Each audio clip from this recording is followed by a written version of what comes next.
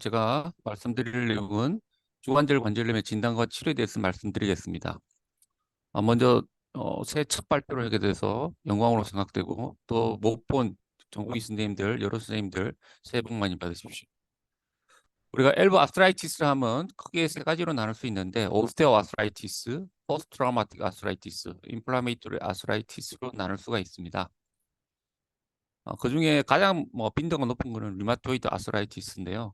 보통 아래에 있는 환자에게서 엘버가 관련이 되는 경우는 32에서 61%로 보고되고 처음에 이제 본 리섭션인지 오스테오페니아로 시작을 해가지고 되는데 패서피지올로지는 시노바이티스가 점적으로 아티큘라 카til리지를 파괴를 하고 서브콘드랄 본 로스와 함께 리가멘트가 손상하고 인선스빌리티가 발생하게 됩니다. 두 번째로 많은 것은 포스트 트라우마틱 아스트라이티스인데요. 아무래도 젊은 환자들에게 좀 더 많고 엘보가 프랙처 디스로케이션, 트라우마 인스티빌리티, 직접적인 아티큘라 카틸리지 데미지로 인해서 서페이스가 망가지게 되면 로드 디스트리뷰션이 제한이 될 거고 그렇기 때문에 따라서 문제가 생기게 됩니다. 프라이머리 오스테오 아스트라이티스가 정상에 있게 외래에 오는 경우는 그렇게 많지는 않은데요. 약 2%지만 여자에게보다 남자가 좀 더 많고 미들 에이지 메일 레이버에서 좀 더 많은 것으로 알려져 있으며 평균 나이는 50세로 알려져 있습니다. 오늘 강의 내용은 프라이머리 오스테오아스트라이티스를 좀 더 초점을 맞춰서 하도록 하겠습니다. 원인으로는 여러 가지 제네틱 인자뿐만 아니라 민족성, 나이, 반복적인 트라우마로 일어날 수 있는 것으로 알려져 있는데 어떤 가설로서는 콘드로사이트의 아나볼릭 카타볼릭 프로세스의 변화 또는 물과 프로테오글라이칸의 호메오스타시스의 변화로 인해서 발생된다고 하고 있습니다. 진행은 페리아티큘러 오스테오파이트가 먼저 발생을 하게 되고 조인트는 적지만 상대적으로 엑시알 로딩이 좀 더 많은 레디오 캐피틀라 조인트가 먼저 발병을 하게 된다고 하고 울로 휴머럴 아티큘레이션이 관련되는 것으로 되어 있습니다. 임상적 증상으로는 운동 범위 제한이 있을 거고 엔드포인트 페인, 즉 오스테오파이트에 의한 임피지먼트 페인이라든지 카틀레지 이로즈에 의한 레스트 미드 아크 페인이 있을 수 있고 얼란너브 이리테이션이 있을 수 있습니다. 진단은 엑스레이를 보고 얼라이먼트, 콩그런시, 디포미티 등을 볼 것이고 오스테오파이트가 코로노이드 프로세스 그리고 라디알 헤드와 캐피틀름 올레커널 팁 주위에서 많이 발생하게 된 것으로 알려졌습니다. 초기에는 라디오 캐피탈 조인트 스페이스가 내려용이 되고 나중에 얼로 휴머럴 조인트도 인발부되는 것으로 알려져 있습니다. 진단을 할 때 우리가 스테이징을 나눌 수가 있는데 류마토이드든지 프라이머리 오스테오 아스트라이티스든지 이런 버러그 모리 클래시피케이션은 조인트 스페이스의 슬라이트 모드레이트 CB에 따라서 나눌 수가 있고요. 그리고 오스테오 아스트라이티스를 좀 더 분류를 한 헤스팅 레티오 클래시피케이션으로는 얼로 휴머럴 마진의 디제너레이션, 레디오 캐피탈 조인트의 디제너레이션, 서블룩세이션에 따라서 스테이지를 나누게 됩니다. 엑스레이를 보고 나누는 단순한 주관적인 판단이 조금 더 강한데요. 다음은 CT 파인딩으로 할 수 있는데 포사가 50% 이상의 오스테오파이트가 이상이 어느 부위에 있는지에 따라서 안테리어, 포스테리어, 보스에 대해서 그레이드를 나눌 수 있고 또한 조인트 인발브먼트가 아티큘라 스페이스 50% 이상 1mm 미만으로 다 존재를 하게 되면 조인트도 좁아져 있는 걸로 해서 그레이드 3로 나눈 CT 클래시피케이션도 있을 수 있습니다. 치료는 보통 수술을 안 하고 하는 치료 방법이 먼저 해볼 수가 있겠죠. 액티비티 모디피케이션, 홈 엑서사이즈 프로그램, 엔세이드, 코르티코스테로이드, 안티 류마틱 드러그를 통해서 치료를 해볼 수가 있습니다.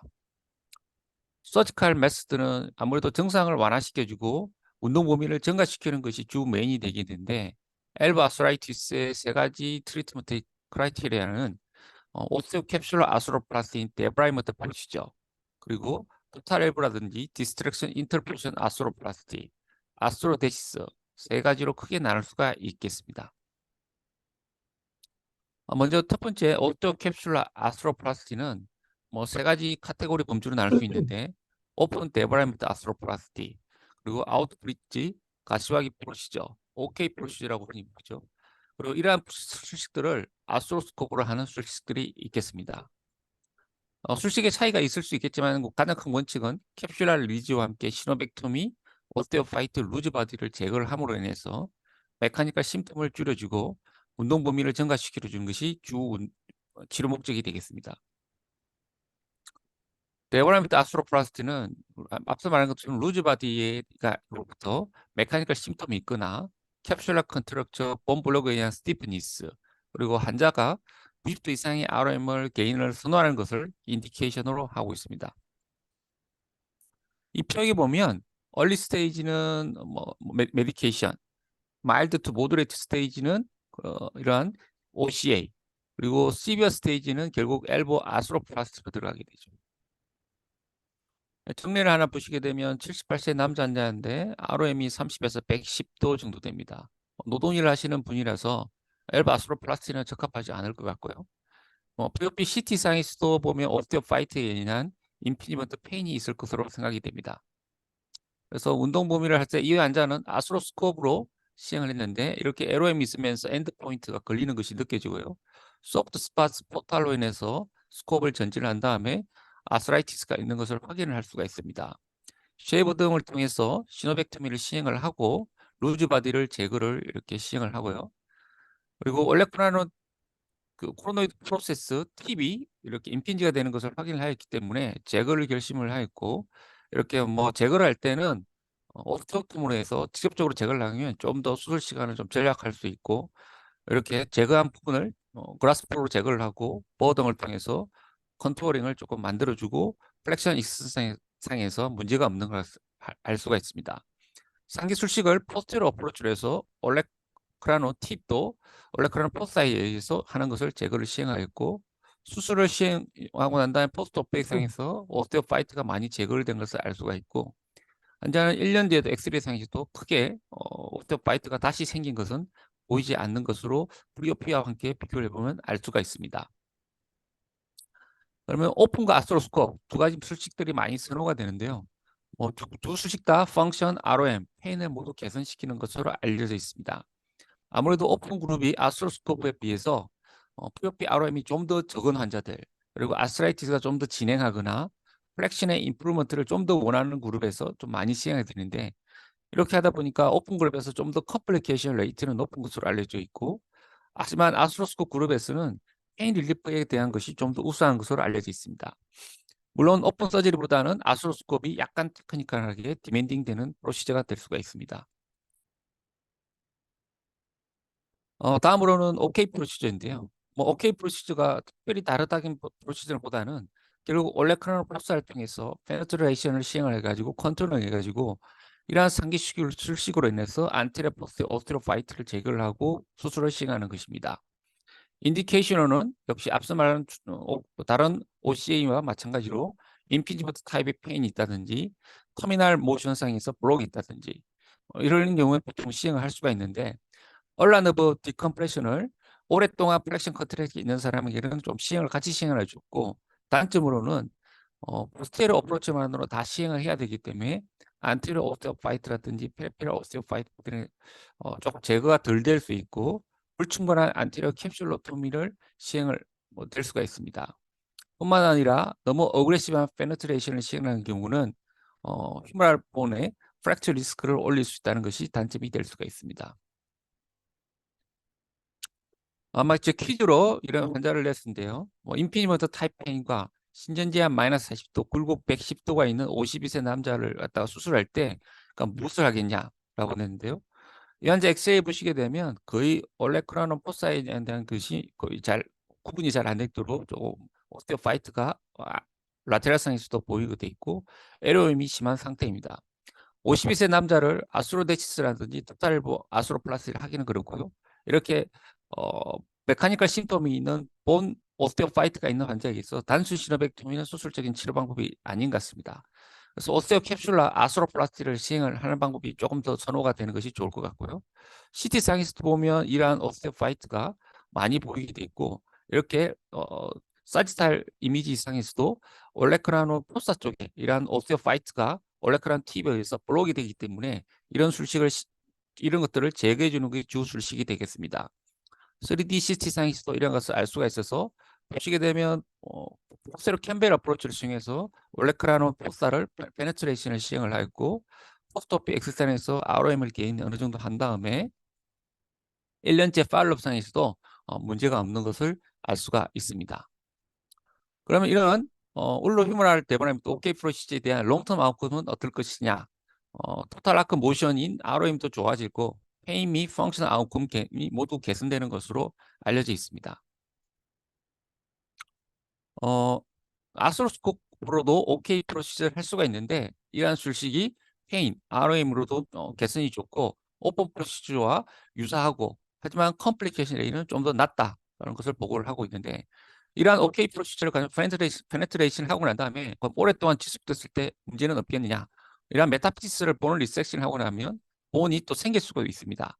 2년 이상 팔로업을 했을 때 페네트레이션이 오픈이 유지되어 있는 경우에 40%, 파샤 클로즈가 24%, 다시 클로즈 되는 경우가 약 36% 보고된다고 하는데 사실 페네트레이션보다는 이 주위에 있는 오스테오파이트를 제거를 하는 것이 더 크기 때문에 클리니컬 아웃컴은 크게 관련이 없는 것으로 알려져 있습니다. 다음으로는 이제 아스로플라스티를 할 수 있는데요. 결국 시비안 심토마틱 조인트 스페이스가 계속 진행을 하게 되고 그러면 엘보 데브라이먼트를 할 수 있는 역할이 제한이 되기 때문에 토탈 엘보 아스로플라스티, 인터포지션 아스로플라스티를 해볼 수가 있습니다. 물론 토탈 엘보 아스로플라스티의 롱텀 롱게비티가 그렇게 많지가 않기 때문에 3kg 전후에 대한 웨이트 베어링이 제한이 되기 때문에 나이가 많은 로우 디맨드 페이션트에게서 적합한 술식이 되겠습니다. 토탈 엘보 아스로플라스티의 인디케이션으로는 엘보 RA든지 오스테오 아스라이티스 포스트 트라우마틱 OA든지 대부분 약간 65세 이상의 시비안 스테이지에 OA 있는 환자들을 주로 시행을 하게 되고 젊거나 액티브한 환자에게 대해서는 컨센서스가 아직 없는 상황입니다. 토탈 엘보 아스트로폴라지의 트리트먼트에 임플란트 디자인을 먼저 보시게 되면 크게 한 세 가지 정도로 나눌 수 있는데 unconstrained 또는 unlinked 컴포넌트가 있는데 휴머럴 컴포넌트와 얼락 컴포넌트의 링키지가 없는 것이기 됩니다. 따라서 가장 큰 컴플리케이션은 인스터빌리티가 될 수가 있기 때문에 컴포넌트의 얼라이먼트가 굉장히 중요한 것으로 알려져 있습니다. 다음으로는 우리 세미 컨스트레이트 또는 링크드 컴포넌트인데 아마 콘라드 모리 디자인이 가장 많이 쓰는 것으로 알려져 있습니다. 약간의 벨구스 베러스 로테이셔널 렉스를 줄 수가 있고 이러한 것들이 본투 시멘트 인터스페이스의 스트레스를 감소시켜 줄 수 있기 때문에 컴포넌트 루즈닝 인시던트를 감소시켜 줄 알려져 있습니다. 어떤 보고들에서는 다른 디자인들보다 좀 더 가장 우수한 결과들을 보고를 하고 있고 특히 이 로테이셔널 스테빌리티를 막기 위해서 안트랩 플랜지 역할이 중요하기 때문에 여기서 꼭 본을 갖다가 인설션을 하는 것이 중요한 것으로 알려져 있습니다. 근래 나온 디자인으로는 컨버터블 프로세스로 언링크드 프로세스를 때에 따라서는 링크드 프로세스로 컨버전을 시행할 수가 있는데 2년 팔로업을 시행했을 때 기존에 나와 있는 다른 임플란트에 비해서 크게 차이는 없는 것으로 알려져 있습니다. 하지만 아직까지는 롱텀 서바이벌 데이터는 없는 것으로 알려져 있습니다. 상기와 같은 환자에게서 류마토이드 아스라이티스가 있는 환자인데요. 보면 조인트에 대해서 다 디스트럭션이 되어 있는 것을 알 수가 있습니다. 보통 이런 환자에게 대해서는 이 기존의 류마톨로지 파트에서 약을 많이 쓰고 있기 때문에 크게 우리가 쓸 약은 별로 없는데 이렇게 보면 이제 운동 제한이 있다든지 펜이 있으면 결국 토탈 엘보 아스로플라스티를 시행을 줄 수가 있겠습니다. 1년 팔로우 현장에서 큰 문제는 없는 것으로 알려져 있습니다. 그러면 이 토탈 엘보 아스로플라스티를 그러면 한 10년 정도 이상의 롱텀 팔로우를 했을 때 얼마나 좋아지느냐? 약 9천 레이를 갖다가 시스테믹 리뷰를 한 경우가 있는데요. 서바이벌 레이트는 약 79.2%입니다. 민 플렉션은 129도, 그리고 익스텐션의 리스트릭션은 약 30도, 그리고 펑셔널 메요 엘보 스코어는 약 86점 정도로 됩니다. 사실 근데 이런 환자들이 대부분 시스테믹 리뷰에 있는 인디케이션은 50% 이상이 류마토이드 아스라이티스가 있고요. 그리고 포스트 트라우마틱, 프랙트인 환자가 한 2, 30%.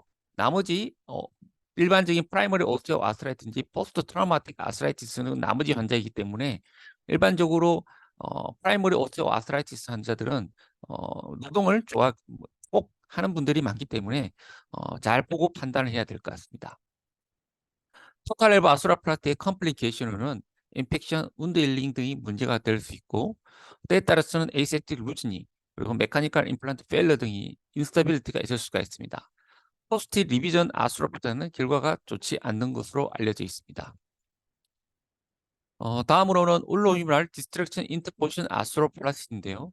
역시 이것도 페인을 감소시켜주고 RM을 개인시켜주면서 그 나중에 세컨더리 차후에 수술을 할 수 있는 본스톡을 프리저블 해줄 수 있다는 장점이 있을 수가 있습니다.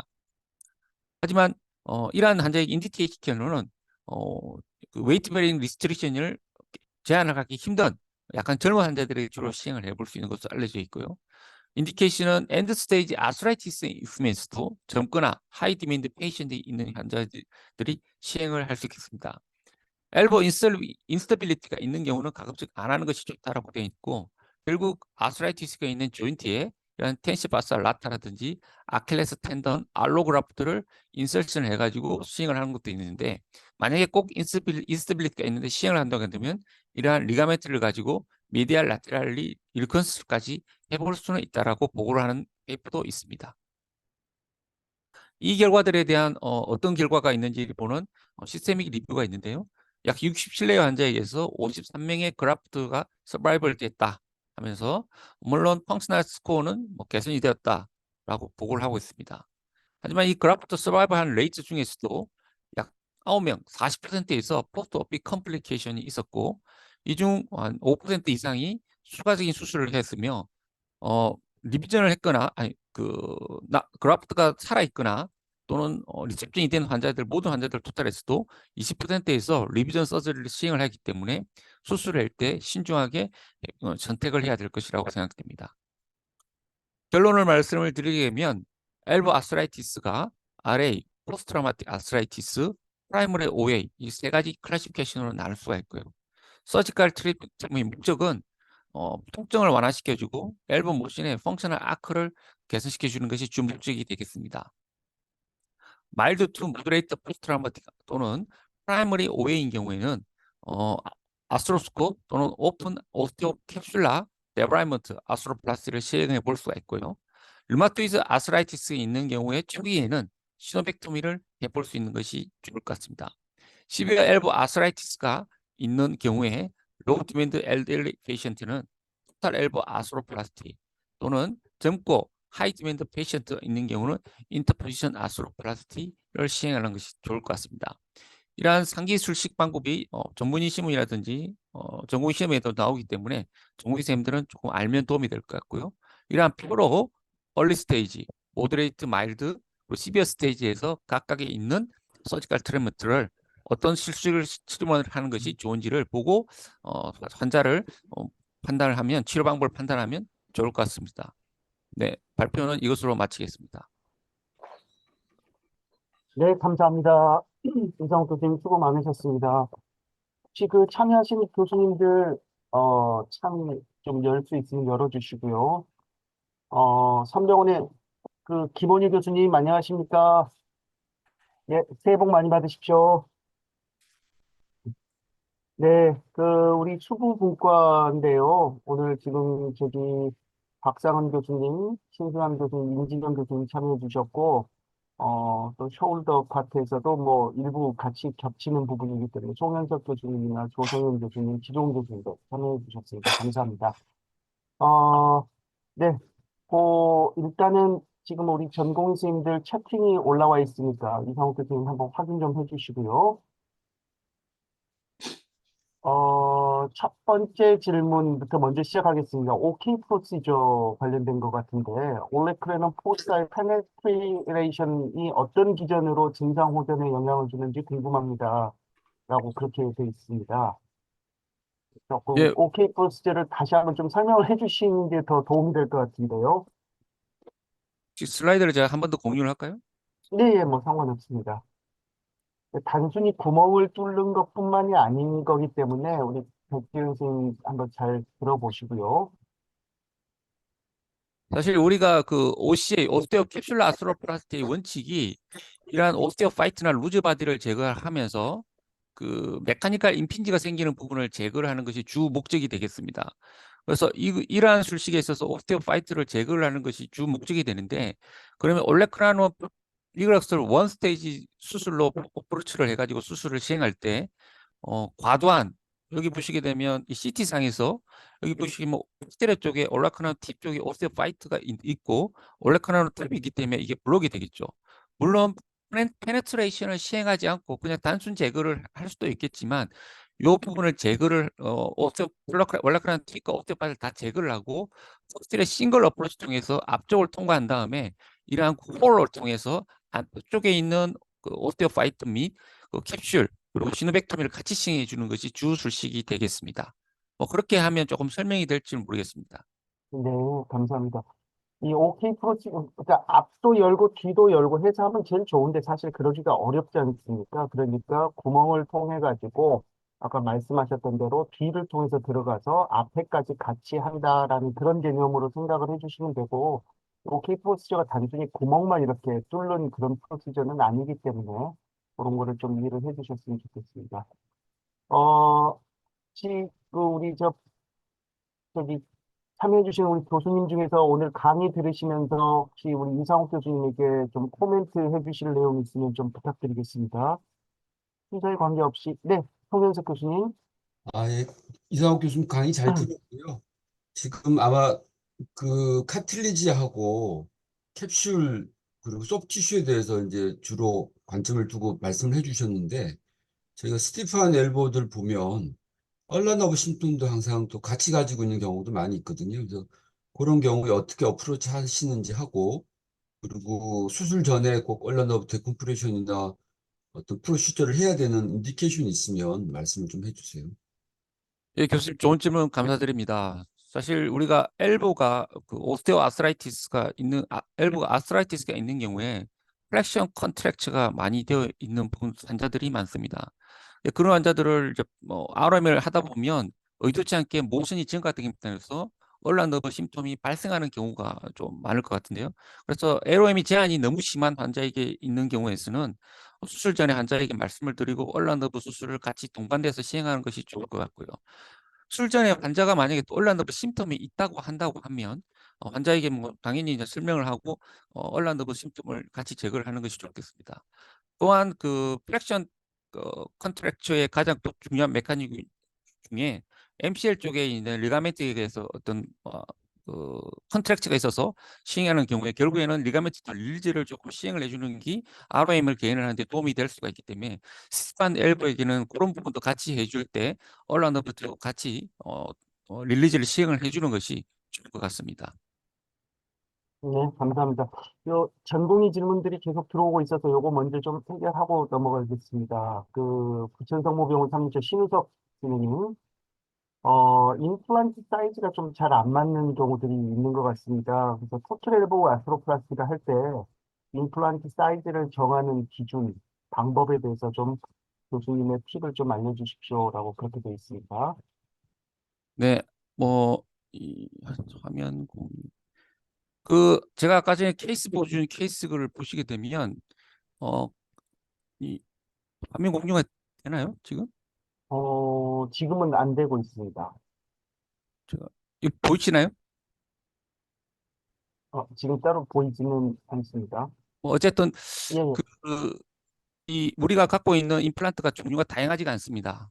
그래서 보통 사이즈가 뭐또 다양하지가 않기 때문에 보통 작은 사이즈를 통해서 만약에 픽세이션을 하다가 보면 큰 사이즈 보면 너무 문제가 될 수 있기 때문에 작은 사이즈로 시멘트를 통해서 고정을 하게 되고요. 그 어릴 때부터 류마토이드 아스라이티스가 있는 많은 환자들은 그 캐널 자체가 굉장히 작기 때문에 아무리 작은 사이즈를 써도 또 접근이 좀 힘든 경우가 있습니다.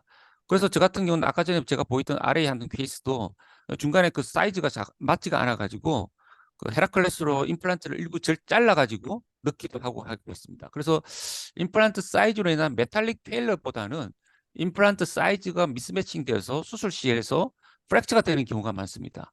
그런 부분에 대해서 조금 신경을 내서 쓰면 좋을 것 같습니다. 네. 네. 신수환 교수님이나, 네, 이진영 예, 예, 예. 신수환 교수님. 뭐 전공의들한테는 하여튼 일단 감기 조심하십시오. 이게 좀 문과 좀 심한 것 같습니다. 전공의들한테는 하여튼 엘보는 웨이트 베어링이 아니기 때문에 하여튼 이 조인트 리서페싱이나 이런 것보다도 ROM을 다시 얻는 게 굉장히 환자의 삶의 질에 많이 영향을 미쳐서 오스테오아트라이티스나 뭐 하여튼 이런 거에서 ROM을 다시 리게인하는 게 주 목적이 되는 경우가 더 많다는 뭐 그런 거를 좀 참고해 주셨으면 좋겠고요. 그래가지고 노케 프로시저나 뭐 어쨌든 그런 게 좋아지는 메커니즘이 ROM을 다시 얻기 위한 게 저는 더 크다고 생각을 합니다. 그다음에 저 이상욱 교수님께 좀 여쭤보고 싶어요. 저는 토탈 엘보가 사실 우리 몸에 나와 있는 인공관절 중에 제일 뭔가 한심하고 이게 오래 못 버티는 것 중에 하나라고 생각하는데 그 환자분들한테 이거를 했을 때 대략 이게 수명이 한 어느 정도 될 것이다라고 설명을 하시는지 아니면 그냥 리비전까지 한 얼마 정도 보통 걸릴 거라고 하시고 설명을 하시는지 좀 여쭙고 싶습니다. 그 보통 보면 이제 우리가 수술하는 환자들이 가장 많은 게 아까 시스테믹 리뷰에서도 말씀드리겠지만 류마토이드 아스라이티스가 한 절반 이상이 되고 프랙처가 있는 환자들, 즉 시비한 오스테오포로틱 본에 있는 프랙처가 있는 환자들이 약 한 20, 30% 때문에 80%가 본스톡이 좋지 않고 환자분들이 활동이 많지 않은 환자들입니다. 그런 환자들이 보통 하게 되면 사실 롱게버티가 그렇게 나쁘지는 않은 것 같고 10년 서바이벌 레이트는 한 80%라고 말씀을 드리고 있습니다. 그런데 이제 문제는 이제 그 웨이트에 대한 리스트릭션을 많이 해야 되는데 결국에는 3kg, 2, 3kg 정도의 어떤 힘을 가하는 동작만 하라고 하게 되면 사실 뭐 크게 문제는 없는 것 같고요. 근데 이제 류마토이드 아스라이티스가 있는 경우는 본에 대한 리소션이 진행되는 경우가 많고 워낙 본 자체가 약하기 때문에 팔로우를 하다 보면 그 페리프로젝트 프랙처가 많은 경우가 있기 때문에 그런 부분에 대해서 이제 먼저 설명을 하고 시행을 하게 됩니다. 오스테오 아스라이티스 뭐가 있는 환자들은 아무래도 힘을 많이 쓰기 때문에 최대한 끌고 환자분한테 어떤 부분이 손실이 되는지를 말씀을 드리게 되면 대부분 환자들이 아스로플라스티를 잘 안 하는 경우가 많고 고령의 환자에게서 RA가 있는 그리고 더 이상 자기는 이제 일은 잘 하지 않는 환자에게서는 시행을 해볼 수가 있는데 수명이 짧다고 원인을 항상 말씀을 하면서 이제 시행을 하는 것이 좋을 것 같습니다. 네, 저도 이제 외래에서 환자 보다 보면 이게 이제 OA가 제일 문제인 것 같아요. 뭐 RA나 트라우마틱 케이스보다는. 그래서 이 OA 환자들 중에서 굉장히 수술을 해서 빨리 잘 쓰고 싶다 하는 환자들한테는 이렇게 함부로 수술을 하면 잘 안 될 것 같고, 정말 아까 이상욱 교수님 얘기하신 대로 충분하게 환자하고 상의를 해서 여러 가지 컴플리케이션이나 이런 거에 대해서 환자한테 잘 얘기를 하고 또 시행을 해야 되지 않을까 싶습니다.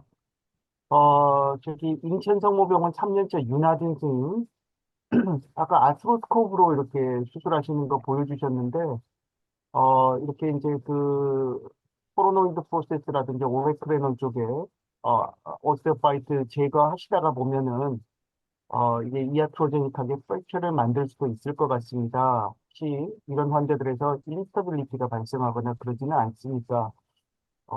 무슨 내용인지는 알겠는데, 뭐 이런 질문이 좀 들어왔습니다. 좀 답 좀 부탁드리겠습니다.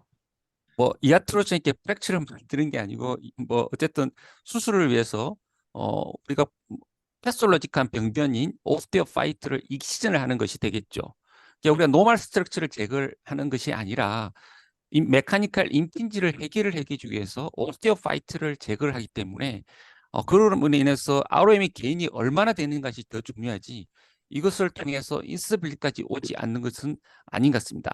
사실 스티프 엘보에 있어서 우리가 수술장에서 인스빌리티가 올 정도로 심하게 하더라도 속도기 리미테이션을 통해서 좀 지켜보다면 다시 스티프니스가 생기기 때문에 조금 과하게 습관 엘보에서는 과하게 수술하는 것도 나쁘지 않는 것 같습니다. 네. 네. 스코프 얘기가 잠깐 나왔으니까요. 그래서 만약에 우리가 스코프로도 가능하고 오픈으로도 가능하다 그러면 당연히 스코프로 하는 것이 훨씬 더 좋겠죠. 근데 어떤 케이스는, 이거는 스코프이 좀 어려울 것 같다. 나는 이런 경우에는 오픈을 해서 수술을 한다라고 하는 그런, 좀 인디케이션이 좀 있으신가요? 뭐 사실 리뷰에서 뭐 보시게 되면 뭐 다른 선생님들도 마찬가지로 너무 스티프하거나 너무 조금 미드 스테이지 그 아스라이티스가 이상 진행이 됐으면 스코프를 할 수 있는 부분에 좀 제한이 있기 때문에 오픈을 해서 하는 경우가 많은 것 같습니다. 아까 송혜석 교수님 말씀하신 것처럼 C판 엘보에 있어서 특히 메디알 쪽에 그 얼라너브 심텀이 있거나 그리고 그 포스티러 밴드에 타이트니스가 있어서 스티판 엘보를 갖다 같이 시행을 할 경우는 결국 메디알 쪽을 오픈을 하기 위해서는 같이 시행한다고 하면 그냥 오픈을 해버리는 게 좋을 것 같고요. 앞서 말처럼 메카니컬 임핀지에 의한 오스티어 파이트 리섹션이 주 목적이라든지 루즈 바디를 제거를 한다는 것이 주 목적인 경우는 아스로스코프로 하는 것이 좀 더 우수할 것 같습니다. 이거 하나만 더 여쭤보겠습니다. 우리가 저기 할 때 프로필락틱하게 얼라너브의 뉴로라이시스나 안쪽에 트랜스포지션을 해야 되는 경우들이 분명히 있습니다. 그러니까 수술 전에는 얼라너브 심텀이 없었는데 ROM이 개인이 된 후에 이런 얼라너브 심텀이 나올 수가 있기 때문에 프로필락틱하게 하는 경우들이 있는데 거기에 대해서 혹시 좀 교수님의 어떤 그런 의견 있으시면 좀 부탁드리겠습니다. 아무래도 이제 우리가 익스텐션을 시행하고 보면 얼라너브 주행이 좀 작겠죠. 근데 플렉션을 하게 되면 얼라너브가 쭉 이렇게 원을 크게 그리면서 디스트랙션이 되는 경우가 많기 때문에 플렉션에 대한 어떤 제한이 있는 경우 환자에게서 만약에 100도다, 뭐 90도다 그런 환자들이 풀 플렉션을 막 130도까지 시킨다고 하면 얼라너브 심톰이 좀 생길 가능성이 좀 더 높을 것 같습니다. 그래서 그런 환자들이 갑자기 오랜 기간 동안 스티프한 엘보를 뭐 한 4, 5년, 뭐 10년 이상 있는 분들을 갑자기 풀 플렉션을 시키게 되면 얼라너브가 디스트랙션이 될 수 있는 가능성이 높기 때문에 같이 시행을 하는 것이 좋고, 그리고 아까 말씀드렸지만 미디얼 사이드에 어떤 프로시저를 한다고 하면 그쪽을 이제 오스테오파이트를 한다든지 소프트 릴리를 하게 되면 아무래도 얼라너브 심톰이 발생이기 때문에 인사이트 릴리즈를 시행해가지고 프로텍션을 하면서 시행을 해주는 것이 프로토픽 컴플리케이션을 줄이는데 좀 더 도움이 될 것 같습니다. 네, 감사합니다. 교수님, 마지막으로 예예예 질문 하나만 해도 예예예 될까요? 김영석 교수님 예, 교수님, 시키려고 했습니다. 강의 정말 감사드립니다. 그래서 간단하게 하나만 하고 그 질문 하나 드리겠습니다. 혹시 스코프로 이제 오스테오스파이트를 다 제거를 하고 이제 생각보다 이제 플렉션 게인이 별로 조금 마음에 드는 것보다 적을 때 그 오픈을 같이 해서 MCL 리즈도 같이 하신 경우가 있는지 한번 여쭤보고 싶습니다. 만약에 우리가 말씀드렸던 우리가 아스로스코프를 하는 게 메카니컬 심톰을 제거하고 루즈 바디를 제거를 하는 것이 주 목적이고요. 그리고 안테리어 캡슐이 타이트니스가 있어가지고 익스텐션에 제한이 있는 경우는 암시로 캡슐렉토미를 시행하는 것이 주 메인이 되겠죠. 그런데 이제 그 부분을 시행했는데도 불구하고 만약에 제가 원하는 개인을 목적을 달성을 못했다면 오픈을 할 수가 있는데 결국에는 그 엘보 앞쪽 뒤쪽 모든 캡슐이라든지 머슬을 릴리즈를 시행을 하고 뭐 MCL이라든지 라테랄 쪽에 있는 콜라테랄 리가멘트도 릴리즈를 시행했기 때문에 그런 경우는 오픈을 그러니까 컨버전을 뭐 할 수도 있겠죠. 근데 사실 그 정도로 할 정도에서 안 된다고 하면 아마 인디케이션을 잡을 때 저 같은 경우는 확실하게 오픈할 거면 그냥 오픈을 빨리 해버리는 게 진짜 더 좋을 것 같습니다. 네. 네, 감사합니다. 굉장히 새해 첫날부터 굉장히 핫한 디스커션이 됐던 것 같습니다. 수고해주신 이상욱 교수님 다시 한번 감사드리고요. 다음 주에는 고관절 파트가 준비되어 있습니다. 우리